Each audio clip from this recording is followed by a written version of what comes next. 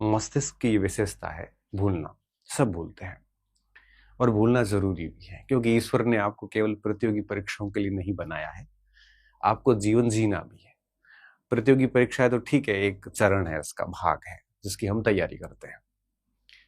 तो जीवन जीना भी है, हम पुराने अनुभवों के साथ में जी लेते हैं, उनको आगे अच्छे से यूज कर लेते हैं। पर सब कुछ याद रख के अगर व्यक्ति आगे बढ़ता है तो बहुत बोझ के साथ आगे बढ़ता है। मूव ऑन करने के लिए, आगे बढ़ने के लिए पीछे की चीजों को भूलना पड़ता है। अगर आप भूल के आगे नहीं बढ़ोगे, सबको याद रख के बढ़ोगे, तो क्या होगा कि आप उन चीजों को सोच सोच के अपनी एनर्जी खराब करोगे। जिन्होंने आपके साथ ठीक नहीं किया उनके लिए आपके मन में ईर्ष्या के भाव उत्पन्न होंगे, आप ईर्ष्या से जलोगे, अंदर से आप अपनी ऊर्जा नष्ट करोगे। तो इससे अच्छा होता है भूलना। इसलिए ह्यूमन ब्रेन के अंदर भगवान ने सबसे अच्छी बात ये डाली कि वो चीजों को भूलता जाता है और कुछ चीजों को वो याद रख लेता है। कानों की भी विशेषता होती है।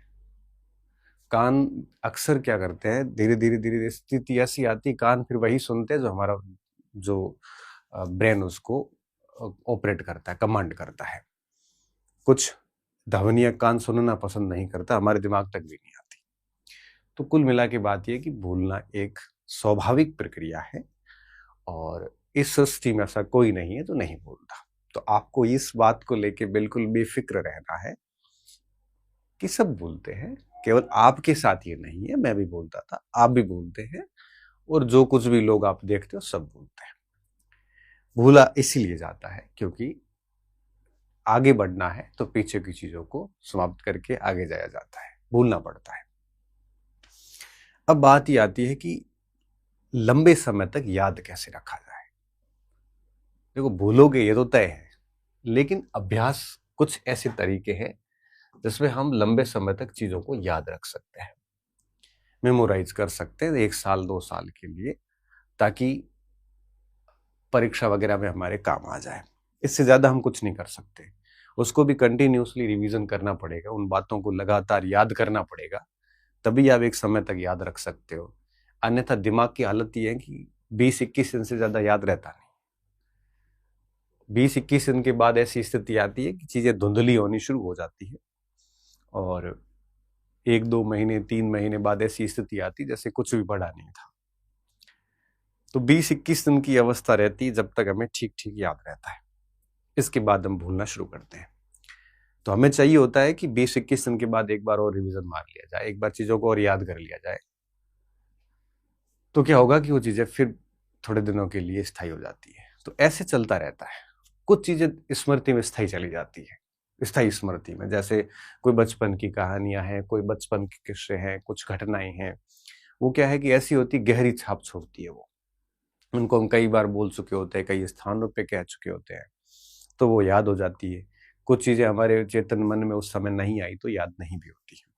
तो एक स्टूडेंट के रूप में हमें क्या करना चाहिए कि हमें कंटेंट अधिकतम याद रहे और एटलीस्ट लंबे समय तक याद रहे। तो उसके लिए सबसे जरूरी चीज क्या है? जरूरी चीज ये है कि एक तो रिवीजन। हर विद्यार्थी को मैं कहता हूं कि रिवीजन क्यों जरूरी है। जितना आप रिवीजन करोगे वो चीजें याद होगी, और आपको प्रयास करना चाहिए कि आप एटलीस्ट, जैसे आपने 20-21 दिन पढ़ाई कर ली कि 1 तारीख से शुरू करके 20-21 तारीख तक बढ़िया सा कोई पार्ट कवर कर दिया, तो उसके बाद 6-7 दिन बैठ के पूरा महीने भर का वापस पढ़ लो। तो महीने में आपने जैसे 3 सप्ताह पढ़ने में दे दिए, तो 1 सप्ताह आप है वो वापस रिवीजन के लिए दे दो, और उस रिवीजन में महीने भर का एक बार फिर से बढ़िया पढ़ लो। ये किया जा सकता है। या फिर आप सप्ताह में 5 दिन बढ़िया पढ़ लो, सैटरडे संडे पूरा वापस उसका रिवीजन कर लो। तो कुल मिला के आपको एक ऐसा, आपके पढ़ाई के शेड्यूल में रिवीजन को भी स्थान देना पड़ेगा। इसके लिए मैंने अलग से वीडियो भी 2-3 महीने पहले बनाया था, बड़ा अच्छा चला था वीडियो वो भी। तो कोशिश करिए कि आप रिवीजन को अपने शेड्यूल में स्थान दें। अब आप सोच रहे हो कि एक बार पढ़ के, जैसे हिस्ट्री है, 6 भाग है इतिहास के, 3 इंडियन हिस्ट्री के, वर्ल्ड का, राजस्थान का, दर्शन का, 6 भाग अगर आप एक एक पढ़ते जाओगे, रिवीजन नहीं करोगे, तो 6 भाग पढ़ने में 6 महीने लगेंगे। 6 महीने बाद जब आप वापस पहला भाग पढ़ोगे तो आपका ऑलमोस्ट शून्य हो जाएगा। तो करना क्या चाहिए? करना ये चाहिए कि आपके डेली शेड्यूल में रिवीजन को स्थान दीजिए। जैसे आप प्राचीन भारत पढ़ रहे हैं तो उसके शेड्यूल में साथ में डाल दीजिए, जो पहले पढ़ चुके उसका एक भाग रिवीजन करना साथ में शुरू कर दीजिए। तो रिवीजन को डेली शेड्यूल में डालिए। अक्सर बच्चे नहीं डालते, मैं देखता हूँ जो नया नया पढ़ते जाते हैं और पीछे का भूलते जाते हैं। अब जैसे आप ज्योग्राफी पढ़ रहे हैं, अब ज्योग्राफी में जैसे आप ह्यूमन ज्योग्राफी पढ़ चुके हैं और इवोल्यूशन ऑफ ज्योग्राफिकल थॉट शुरू किया है। अब आप थॉट शुरू किया है तो थॉट पढ़ते रहिए और साथ में ह्यूमन ज्योग्राफी को 1-1.5 घंटा देके और उसका रिवीजन कर लीजिए। या आप जैसे हिस्ट्री में 3 पार्ट पढ़ रहे हैं तो 2 पढ़ रहे हो, 2 पढ़ लीजिए, जो तीसरा 2 कर चुके हो उनको आप रिवीजन साथ में चलाइए। तो ये जो रिवीजन जितना अधिक होगा और कम समय में हो जाएगा तो वो चीजें ठीक ठीक याद हो जाती है। तो कोशिश ये करिए कि हर दिन के शेड्यूल में आप 1-2 घंटे रिवीजन को दें, और रिवीजन उस पार्ट का करें जो पूरा हो चुका है। ऐसा नहीं जो आज पढ़ा उसी का रिवीजन नहीं, जो पार्ट हो चुके हैं। तो रिवीजन बने रहने से क्या होगा कि चीजें दिमाग में कंटिन्यूसली आती रहेगी, आप टकराते रहोगे चीजों से, और जितना आप चीजों को पढ़ते रहोगे वापस दिमाग घूम घूम के सामने आती रहेगी, तो कुछ तथ्य स्थायी रूप से स्मृति में आ जाते हैं, और समझ के लिए वैसे रिवीजन की ज्यादा आवश्यकता नहीं होती है। तो एक तो रिवीजन आप डेली शेड्यूल में डाल दें। कई बार बच्चे कंफ्यूजन होके आते, सर मैं जैसे पॉलिटिकल साइंस है, मैं वेस्टर्न थिंकर पढ़ रहा हूँ और इंडियन कॉन्स्टिट्यूशन पढ़ रहा हूँ, इससे पहले मैंने कॉम्पिटिटिव पॉलिटिक्स पढ़ी थी, सर भूल गया हूँ। तो आप क्यों ऐसे परेशान हो रहे हो? ये 2 सब्जेक्ट जो पढ़ रहे हो उसको पढ़ते रहो, जो पूरे कर चुके हो उनका इसके साथ में रिवीजन शुरू कर दो। क्या दिक्कत है? हो जाएगा। ठीक है, थोड़ा टाइम टेकिंग है, थोड़ा टाइम ज्यादा लगेगा, लेकिन कम से कम याद तो होगा ना। नहीं तो आप ये 2 पढ़ के आगे फिर नया पोर्शन इंटरनेशनल पॉलिटिक्स स्टार्ट करोगे, तब तक तो वो कॉम्पिटिटिव पॉलिटिक्स तो पूरा ही गया। हर सब्जेक्ट के साथ यही कहानी है। इसलिए 1-2 पार्ट, जो सब्जेक्ट के 1-2 पार्ट पढ़ रहे हो तो एक आधे पोर्शन जो पूरे हो चुके हैं उनको नियमित रूप से 1-2 घंटे आपने शेड्यूल में डाल दे रिवीजन के लिए, पहली बात। अब दूसरा पॉइंट आता है प्रैक्टिस, अभ्यास। अभ्यास क्यों जरूरी है? अब क्योंकि ये 2 चीजें ऐसी है जो, ये 2 तरीके ऐसे हैं जो हर विद्यार्थी को अपनी स्टडी के अंदर शामिल करने चाहिए, अपने डेली शेड्यूल में रखने चाहिए। अब जितना अधिक अभ्यास होगा, अब इसको कैसे मैनेज किया जा सकता है? तो मैंने जो कहा ना, जिस भाग का रिवीजन कर रहे हो उस भाग के रिवीजन के साथ अभ्यास शुरू करो। जैसे हिस्ट्री की बात कर रहे थे, आपने आधुनिक और मध्य शुरू कर दिया, सुबह सुबह पढ़ रहे हो उसको, प्राचीन मान लो पूरा कर दिया है, राजस्थान पूरा कर दिया है, तो अब आपको क्या करना है? आप है वो राजस्थान की प्रैक्टिस और रिवीजन शुरू कर दो। राजस्थान के उस टॉपिक के बहुत सारे क्वेश्चंस निकाल लो और उसके बाद उस टॉपिक को पढ़ लो, वापस पढ़ लो। तो रिवीजन भी हो गया, प्रैक्टिस भी हो गई। प्रैक्टिस से क्या होगा? जो बहुत अधिक चर्चित माइलस्टोन फैक्ट होते हैं कुछ, वो तथ्य याद हो जाते हैं। तथ्य याद हो जाते हैं आपको बार बार पढ़ने से। आपको ये भी पता चलने लगता है कि इसमें कौन से ज्यादा जरूरी तथ्य है और कौन सा गैर जरूरी कंटेंट है। एक तो तथ्य याद हो जाते हैं, दूसरा क्या होता है, दूसरा रिवीजन और साथ में प्रैक्टिस दोनों करने से क्या होगा कि जो कुछ भी कंसेप्ट है उनको बार बार आप पढ़ लोगे, और कंसेप्ट को समझोगे तो क्या होगा कि एक तो निकलेगा भी जल्दी फटाफट, और आपका अंदर से यूं समझ लीजिए कि एक थियरी बन जाएगी बढ़िया, तो समस्या नहीं आती है। तो कोशिश करें कि प्रैक्टिस, अब मैंने कहा ना कि आप डेली शेड्यूल में 1-2 घंटे रिवीजन को दीजिए, तो उस 2 घंटे में से आधा 1 घंटा आप प्रैक्टिस कर लीजिए। आधे पौने घंटे में आपने 15-20 सवाल जो थे वो निकाल लिए, उतना आपने कंटेंट पढ़ लिया बढ़िया, वापस अपने बुकलेट से जिसका आपने पहले कुछ समय पहले पढ़ा था उसको। तो ये पोर्शन साथ में लेना बहुत ज्यादा जरूरी है। अब इसमें आप मुझे ये शिकायत कर सकते हो, सर इसमें टाइम तो बहुत लगता है। अब टाइम तो देखो लगेगा, आपको अगर राष्ट्रपति अधिकारी बनना है, या आपको अधिकारी आरएएस बनना है, या सब इंस्पेक्टर बनना है, तो मान के चलिए कि समय लगेगा। किसी भी सब्जेक्ट को ठीक से तैयार करने में समय मांगता है, वो समय लेता है। अगर आप सोचते हो कि नहीं हम 6 महीने 7 महीने में फटाफट सब कर लेंगे, तो 6-7 महीने में तो वही कर पाता जिसने पहले पढ़ रखा। 0 से शुरू करके आप 6-7 महीने में करना, इतना इजी नहीं होता, टाइम लगता है। तो रिवीजन और प्रैक्टिस इन दोनों को आप अपने डेली शेड्यूल में डाल दीजिए। एटलीस्ट 2-3 घंटे तो इसको दीजिए।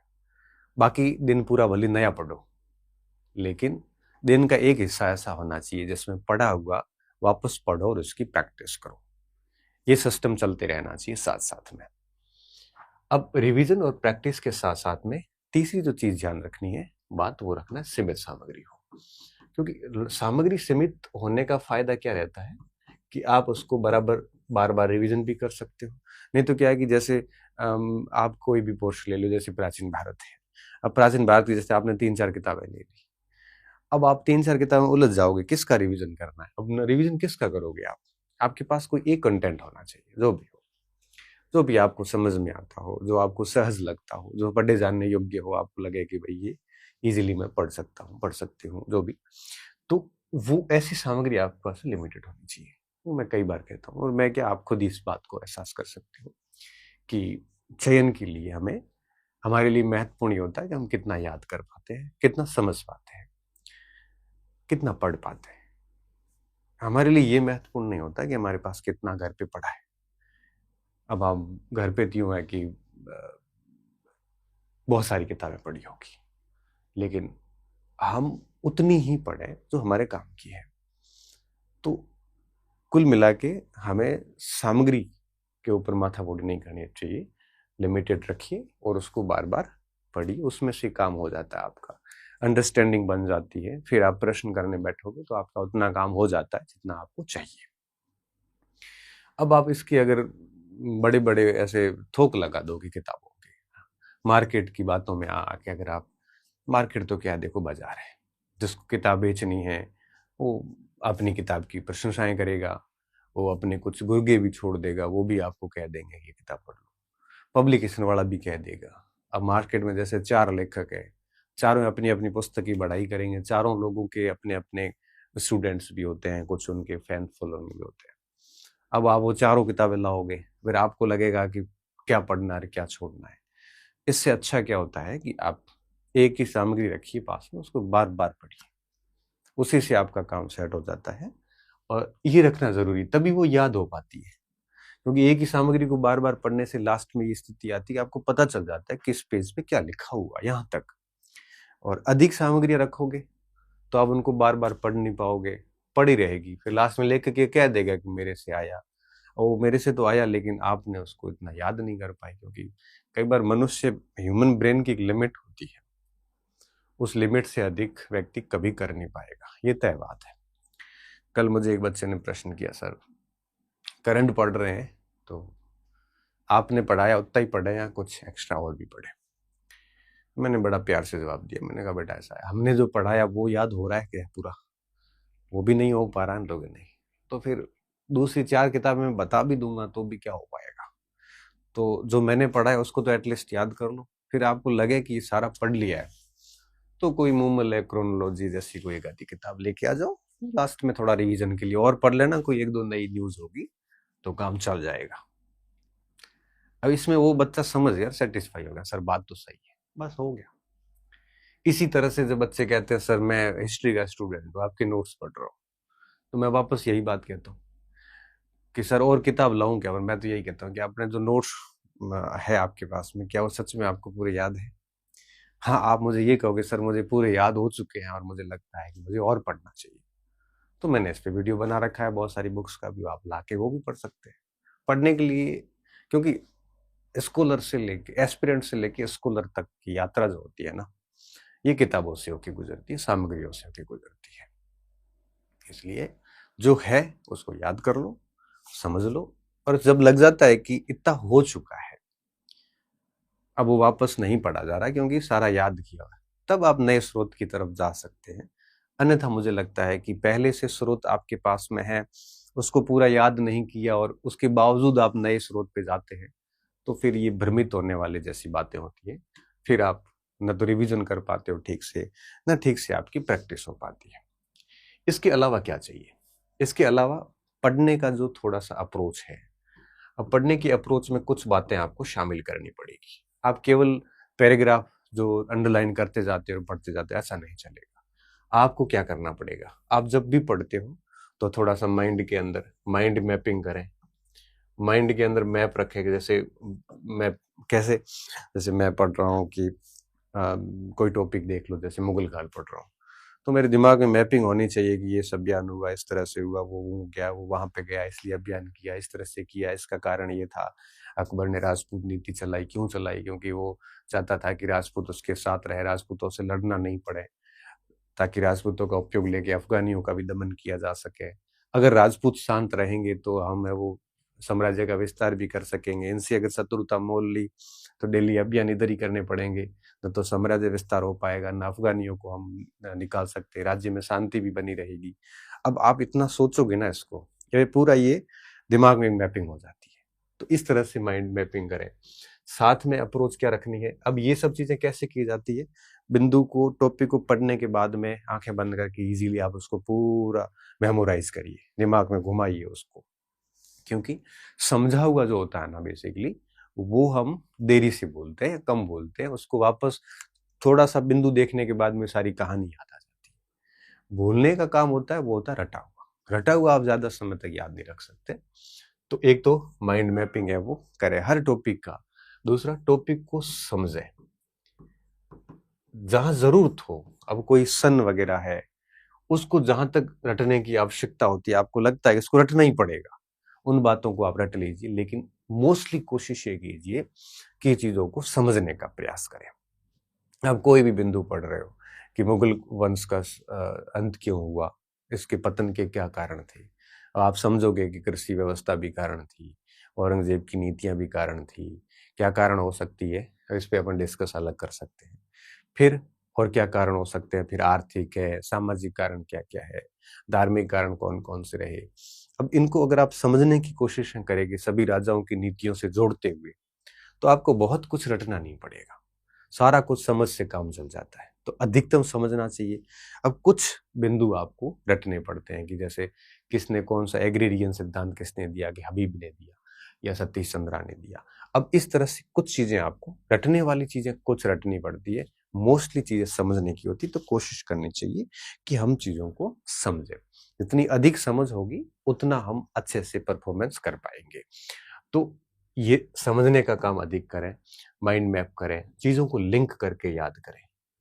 लिंक कैसे किया जा सकता है, कोई घटना है जो हम इतिहास में पढ़ते हैं या पॉलिटिकल साइंस में, लिंक की जा सकती है, प्रश्नों की फिलोसॉफी समझी जा सकती है कि ये किसका हो सकता है, कैसे नहीं हो सकता। मतलब आपका दिमाग खुला होना चाहिए। जितना आप अधिक सोच सकते हो, जितना ब्रॉड सोचोगे, उतना आप परीक्षा में अच्छा परफॉर्मेंस कर पाओगे। इसलिए बोलने की जो आदतें हैं वो सबकी होती है, बस कुछ चीजों का अगर ध्यान रखा जाए तो हम लंबे समय तक याद कर सकने में समर्थ होंगे और हमारा परीक्षा का परिणाम हमारे अनुकूल रहेगा। और लास्ट 15-20 दिन का जब टाइम रहता है परीक्षा के आगे, तो 15 दिन में एक बार पूरा रिवीजन हो जाना चाहिए। क्योंकि मैंने कहा ना कि 20-21 दिन में आदमी एक बार धुंधला होता है, तो 15 दिन, एक परीक्षा जैसे 10 तारीख को है या 20 तारीख को परीक्षा है, तो 1 तारीख से लेकर 20 तारीख के बीच में एक बार सारा रिवीजन कर लो आप, तो फिर 20 की एग्जाम में धुंधलापन नहीं आएगा। ये चीजें ध्यान रखनी है। और बाकी रिवीजन, अभ्यास, सीमित सामग्री, थोड़ी सी अप्रोच बदलना, ये सारी बातें मैंने कर ली। इससे क्या होगा कि भूलना थोड़ा कम हो जाएगा। इसका मतलब ये कतई नहीं है कि हम सब कुछ याद रख पाएंगे। एक बिंदु यहाँ पे ये भी आता है कि रिवीजन कैसे किया जा सकता है। हालांकि इसके ऊपर मैंने 3 महीने पहले, 2-3 महीने पहले यूट्यूब पे वीडियो पढ़ा है, आप उसको देखना अच्छे से कि रिवीजन कैसे किया जा सकता है। तो रिवीजन करने के लिए मैंने ये भी बताया था आपको कि मेन बिंदु पढ़े जाते हैं, जो तथ्यात्मक बातें हैं उनको देखा जाता है, कंसेप्ट को बिना देखे याद करने की कोशिश की जाती है। उस वीडियो को देख लेना आप, तो रिवीजन कैसे किया जाता है थोड़ा सा आपके लिए और फायदेमंद हो जाएगा। तो उम्मीद कर रहा हूँ ये इस समस्या से, इस का समाधान आपको मिला होगा इस सत्र से। तो आप इसको फॉलो करना। अगर आप इससे बढ़िया कोई टेक्निक अपना रहे हैं तो उसको जारी रखना। और ऐसी कोई और दिक्कत आपको आती है तो बड़े पोलाइट शब्दों में, अच्छे से, विनम्रता के साथ कमेंट सेक्शन में डाल देना। आगे महीने भर में जब भी कभी इच्छा हुई तो उस विषय पे हम बात कर लेंगे, सेशन डाल देंगे। ठीक है, बहुत बहुत धन्यवाद विद्यार्थियों। अच्छी रहिए, मस्त रहिए, पढ़ते रहिए, स्वस्थ रहिए। और मैं उम्मीद कर रहा हूँ कि आप फर्स्ट ग्रेड, सेकंड ग्रेड, इन सभी परीक्षाओं की तैयारी बहुत अच्छे से कर रहे होंगे। इकोनॉमिक सर्वे और करंट कंटिन्यू यूट्यूब पे चल रहा है, आप उसको पढ़िए, आनंद लीजिए। और कोई टॉपिक मेरे से पढ़ना चाहें तो आप नीचे कमेंट सेक्शन में डाल देना, मैं कोशिश करूंगा कि उस पर भी मैं भविष्य में कभी बात कर सकूं। पुनः धन्यवाद, मस्त रहिए और खुश रहिए।